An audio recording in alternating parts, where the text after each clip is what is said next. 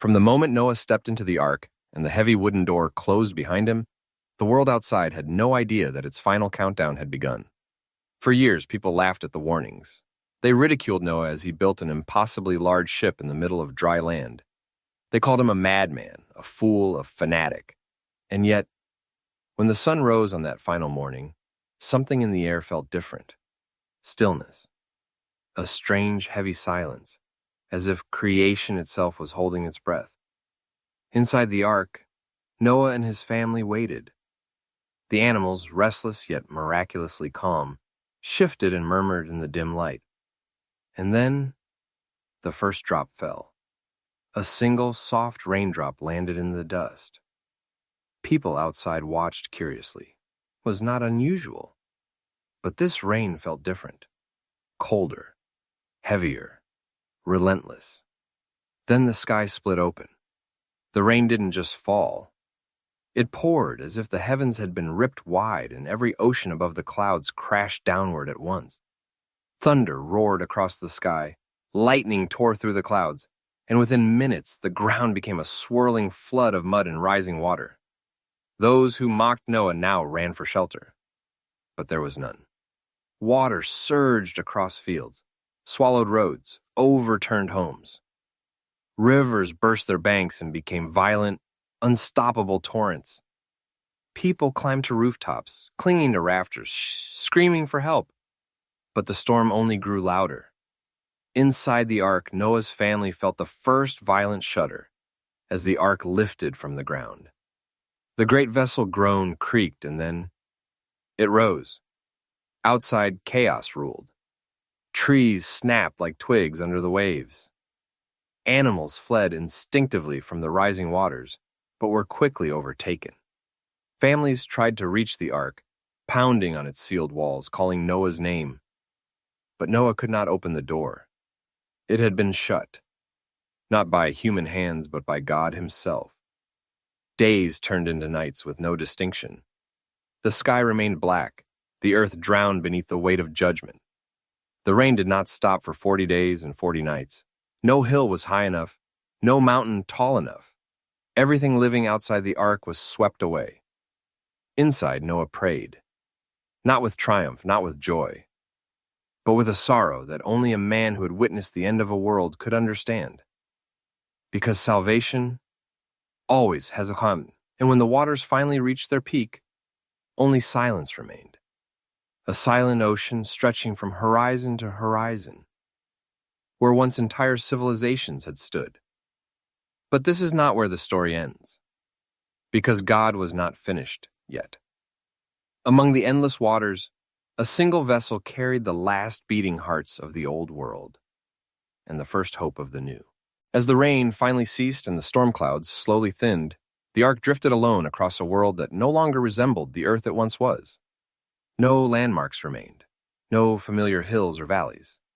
Nothing but a quiet, endless sea, an ocean of memory and judgment. Inside the ark, time lost its meaning. Days blended into nights and nights into days. The creaking of wood, the soft steps of animals, and the rhythmic crash of waves became the only sounds Noah's family heard. They tended the creatures, comforted the frightened, prayed for strength, and waited for a sign, any sign, that God still watched over them. Weeks passed, then months. Although the storm had ended, the waters remained deep and unbroken. Noah would climb to the small window above and look out each day, hoping, searching, but the horizon never changed. Not yet. Until one morning, the ark jolted, not violently, but with the unmistakable sensation of wood meeting something solid, a mountain. After 150 days adrift, the ark had finally come to rest on the mountains of Ararat. But the world was not ready yet. The waters were still too high, the land too soft, the surface too unstable. Noah could not open the doors, so he waited, patiently, faithfully. 40 more days passed. Then Noah released a raven.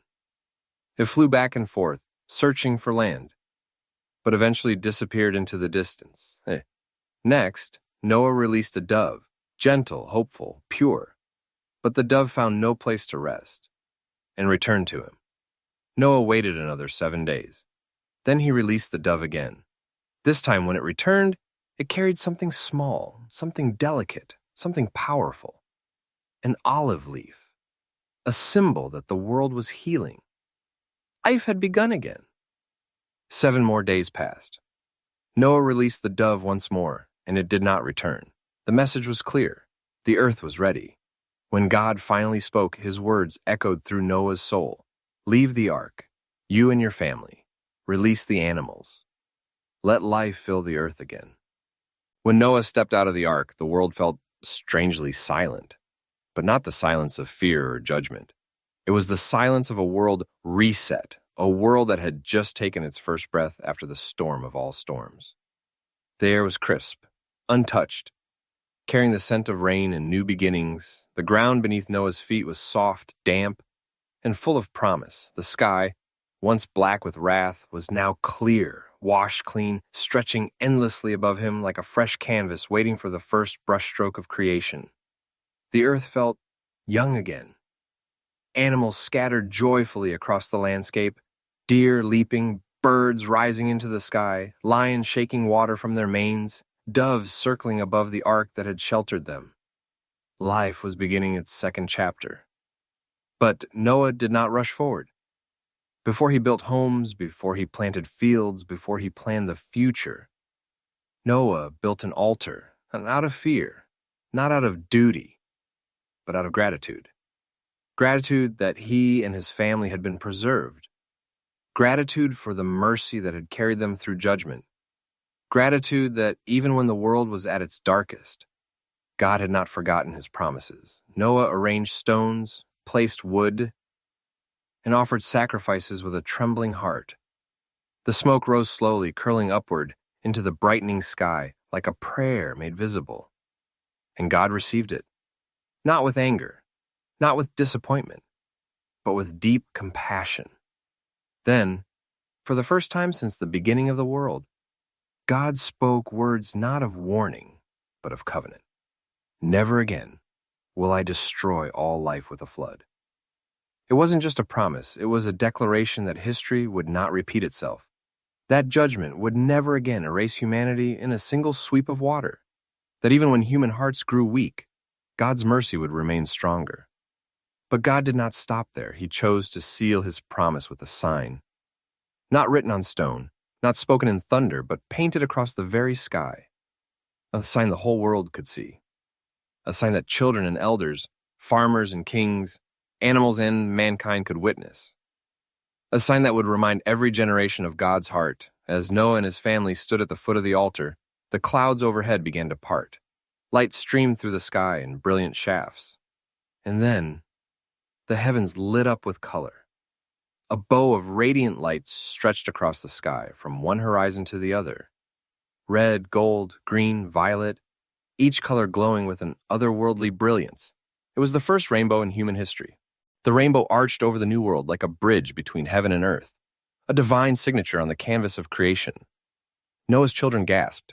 Animals paused, looking upward, as if recognizing something sacred. The wind itself seemed to still. Then God spoke again, his voice gentle yet powerful enough to echo in the soul. This is the sign of the covenant between me and all living creatures. When I bring clouds over the earth and the rainbow appears, I will remember my promise. Imagine that. The God who created galaxies, oceans, and the breath in every living being, choosing to remember not because he forgets, but to show humanity how deeply he cares. The rainbow was not placed in the sky for God's benefit. It was placed there for ours. So that whenever storm clouds rise, whenever thunder shakes the earth, whenever the sky darkens and fear whispers that judgment is coming again, humanity can look up and see the colors of mercy. The flood had washed the old world away, but the rainbow announced the beginning of a new relationship. A relationship not built on fear, but on grace. Noah stood beneath the arch of colors with tears in his eyes. He had seen the world at its worst, and now he was witnessing God at his best. His children clung to him, their eyes reflecting hues of red and violet. They did not fully understand the depth of God's promise, but they felt its warmth wash over them like sunlight. And so the rebuilding began. Noah planted vineyards. His sons built homes. Animals migrated to every corner of the earth. Rivers found new paths. Forests began to grow again. The earth healed.